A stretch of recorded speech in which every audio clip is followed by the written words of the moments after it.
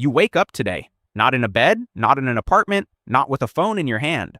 You wake up on cold ground, surrounded by 10 people staring at you with desperate eyes. They are hungry, they are scared, and for some reason they chose you as their leader. But here's the part nobody tells you. Leading prehistoric humans isn't about strength.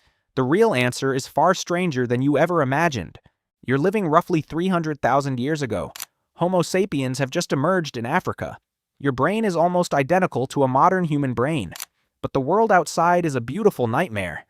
Predators, unpredictable weather, and other human groups who may not be friendly. And you're responsible for keeping these 10 people alive until tomorrow. First question, where does today's food come from? You have no supermarket, no farm, no delivery app. You have 2 legs, 2 hands, and a brain that is the most dangerous weapon on the African savanna. Robin Dunbar from the University of Cambridge discovered something fascinating. Our ancestors didn't just hunt to eat, they hunted to build status.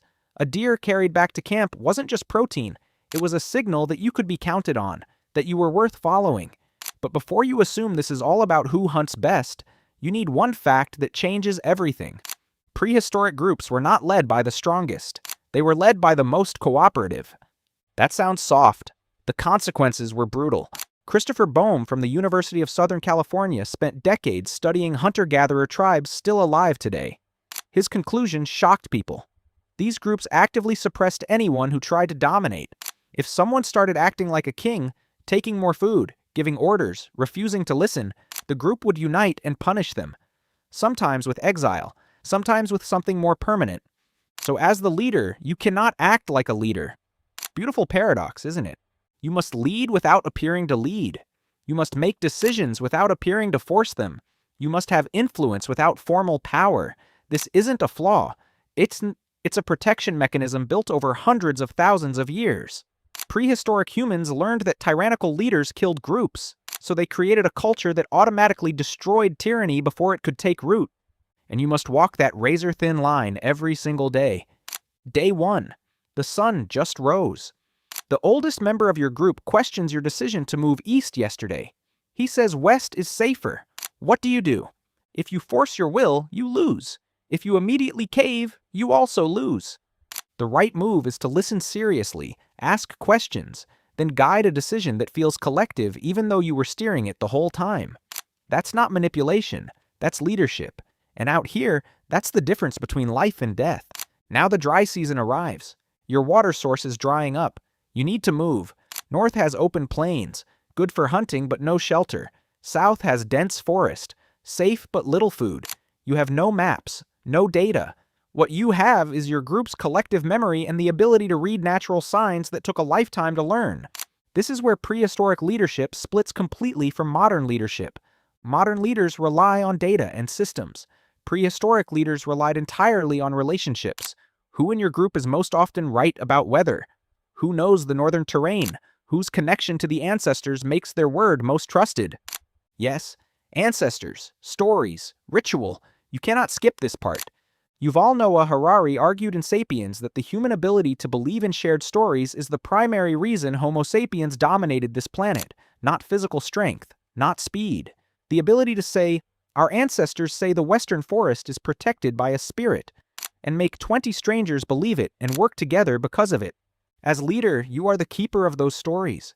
You must know which mountain is sacred, which ancestor gave the group its strength. You must tell those stories in ways that make people feel connected to each other and to something larger than themselves. Without that, your group is just individuals who each want to go in different directions. Now add the external threat.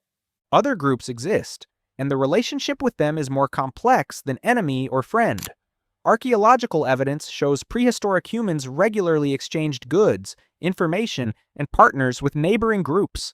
Isolated groups died when disaster struck. Connected groups survived. But those exchanges had to be managed. By you.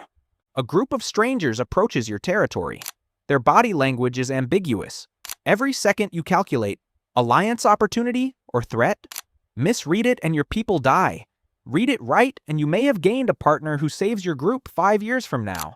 The pressure is constant. The margin for error is 0. Now the internal threat. You have 10 people, 2 who dislike each other, 1 who always takes more food than their share, one whispering doubts about you when you're not around. In a modern office, this is called politics. On the savannah, it is an existential threat. A lion doesn't need to beat 10 humans. It only needs one who strayed because the group was too busy arguing to notice. So you eat together every night. You tell stories around the fire. You laugh together. Not because it feels nice, because it is survival technology. Harvard's Michael Tomasello argued that nightly fire rituals significantly accelerated the development of human language and culture. The fire is not just warmth, it is the social center of everything. You are not just the leader, you are the living hearth of your group. And then one day, someone dies, maybe injured hunting, maybe sick, maybe just old.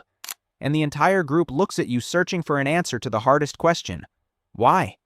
What does this mean? What happens after? You must have an answer. Not a scientific one. A story. One that makes death acceptable. One that makes those left behind still want to get up the next morning. Archaeologists found evidence of intentional burials in Homo sapiens dating back 100,000 years. Bodies carefully placed, sometimes with flowers, with objects they loved. That is not primitive behavior. That is proof that humans have always understood how we treat death determines how we live. You are responsible for that ritual too.